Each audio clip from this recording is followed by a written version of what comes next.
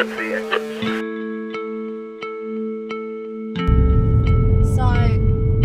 is the new BMW M135i.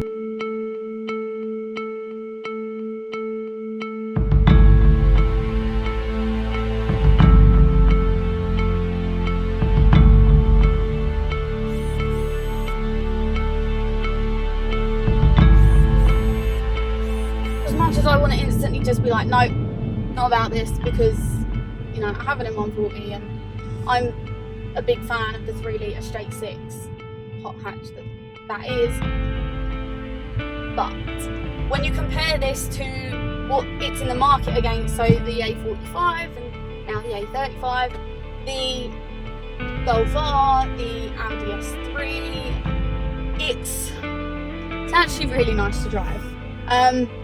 Yes, I would obviously much rather BM did another 3 litre straight 6 rear wheel drive hatch. But when you think about it, and obviously how strict emissions and everything are these days, it just makes sense that they've conformed to the typical 2 litre 4-pot. So that's what this is. But so far, it's been such a lovely drive. It's got 302 brake horsepower with 332 pounds-per-feet of torque. I really do enjoy driving it. It's really just a nice, easy drive. It's comfortable, it's quiet, it's so grippy and so planted.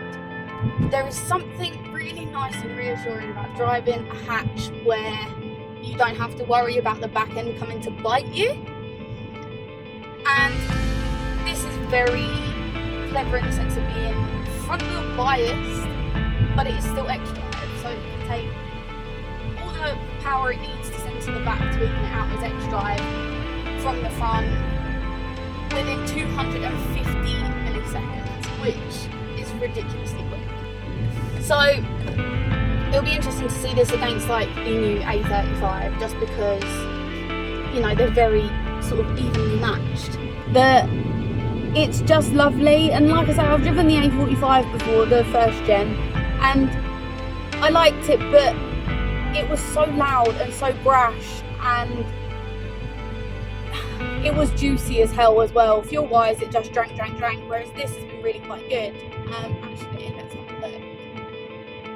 36.9 mpg, and that's with obviously having tested sport and comfort. I've not really driven an Eco Pro, and obviously you can always do better than that, but yeah, sort of, that's not bad going, to be fair. So yeah, there are people that say this looks like the new A-Class.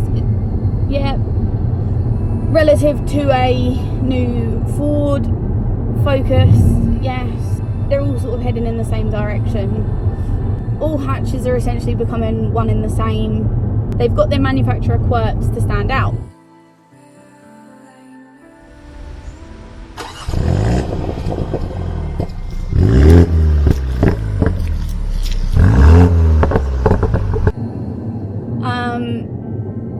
The only thing I have an issue with is tech taking over.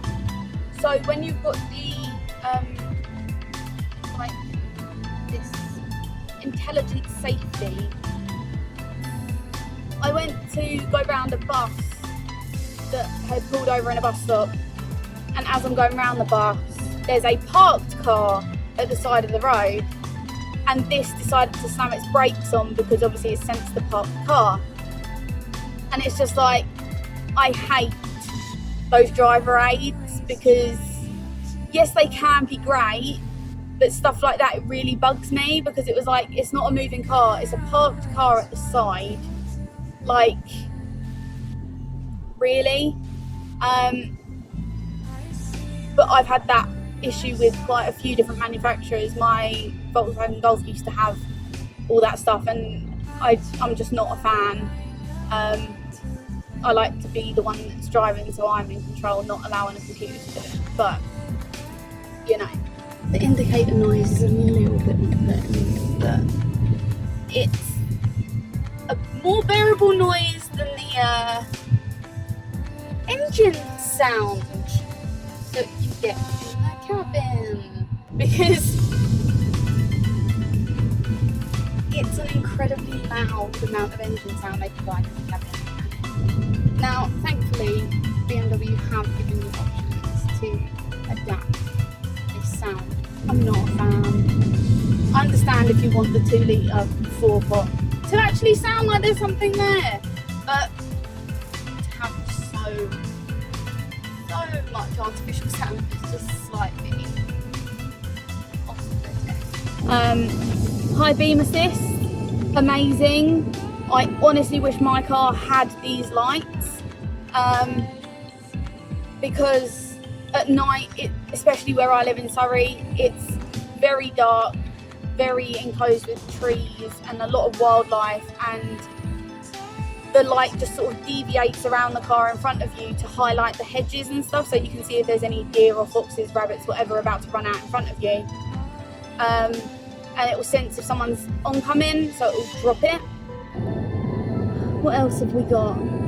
The heads-up display has been great. I have to hand it to BM that when on a motorway, it does come up with the variable speed limit on your dash. So obviously the M25 being M25 tends to switch between 40, 50, 60 a lot. The heads-up display will tell you the variable speed limit on the section of M25 you're on, which is amazing. So I would have one. I would. And that's not just me saying it because it is nice. Like, there are always flaws in cars, and like my 140, I never say it's the best thing ever because it's not. It's floaty, it doesn't put its power down because it's rear-wheel drive, and especially in the wet. It's a loose cannon, but that's what makes that fun. This, I reckon this would be amazing on track, because of, you know, having the torsion diff and having the ARB stuff from the i3. I just think it would be really great fun to throw into some corners on a track. So when it comes to the sort of financial agreements on these, BMW aren't really doing much contribution wise currently, but Chandlers Brighton, who have very kindly provided me the car, are doing some pretty good deals on the new range of 1 Series, all the way through up to the M135i. So this is starting sort of around 449 deposit with 449 a month, which isn't too bad. It's not too dissimilar to what the deals on the M140 were. So if anyone is interested, take a look at them. I will hopefully do another video at some point soon. It's been a while, but massive shout out to Chan for doing this video. I'm so happy with it. It's amazing. And a massive thank you to BMW Chandlers Brighton for providing me the car for the weekend. I think I'll be sad to see it go, especially if we're expecting loads of rain and stuff, because then it's back to naughty 140 with the back end just wanting to come out, whereas this just doesn't care. So yeah, thanks.